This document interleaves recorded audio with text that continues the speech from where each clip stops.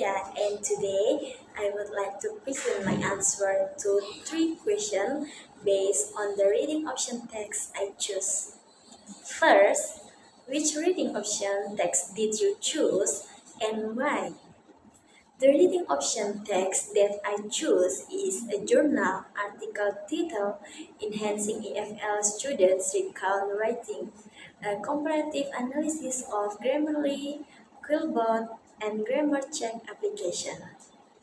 This article was published in the Journal of English in Academic and Professional Communication in 2025. I chose this text because the topic is very relevant to students today. Almost all English learners, including myself, use grammar checker application to help us write. Sometimes we depend on Grammarly or Quillbot, but we don't really know how effective they are. That is why this article is interesting because it directly compares three applications and shows which one helps students the most. So, I want to understand, do these apps really improve writing or do students rely on them too much? Second, what was the most important thing you learned from the text? The most important thing I learned is that grammar checkers are helpful, but they are not perfect.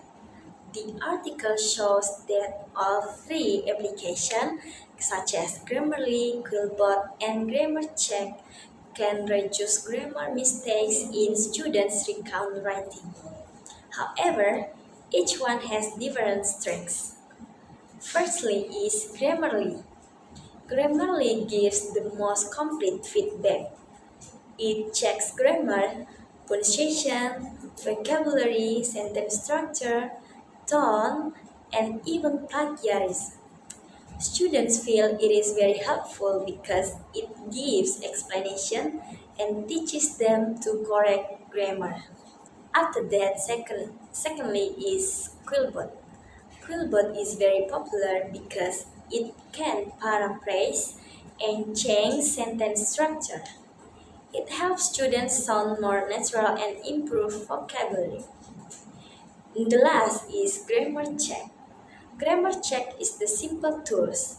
It only corrects basic errors like spelling, and punctuation, so it is easier for beginners.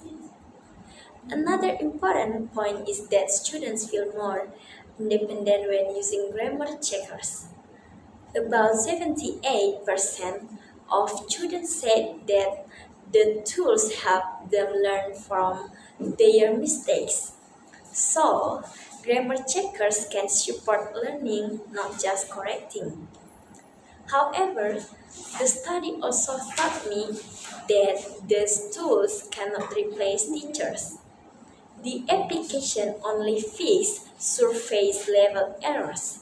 They don't help with first coherence, second is organization, third is idea development, after that genre structure.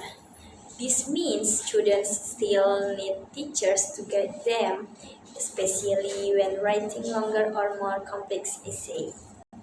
So, the main lesson is AI tools are helpful and are useful, but they must be used together with teacher feedback. Third is what additional tax question came to mind as you were reading this article? While reading, a few tasks came to my mind. First, I wondered if many students rely on Quillbot or Grammarly to correct their writing, will they become lazy to learn grammar themselves? There is a possibility that some students just click a cheap suggestion without thinking. So, do these tools really improve writing skills or do they only fix the writing temporarily? Secondly, is the article focus only on recount text. So I asked myself, would this application also be effective for other types of writing, such as argumentative essays, reports, or academic research writing? Third is I thought about the problem of free and premium versions. Many students cannot pay for premium features. So, how different are the results between free users and premium users? Does that create inequality? And finally, I wonder what will happen in the future. AI tools are becoming smarter. Maybe one day they will correct not only grammar but also organization vocabulary choice and even content structure. If that happens, how will teachers adapt? Will writing still be a valuable skill to learn, or will AI do most of the work? Okay, that's all. And in conclusion, this article helped me to understand that grammar checker applications are useful tools that can support EFL learners. They make writing easier, faster, and more correct, but they still cannot replace human teachers because writing is not only about grammar, it is also about ideas, meaning, and structure. Thank you for listening to my presentation and see you.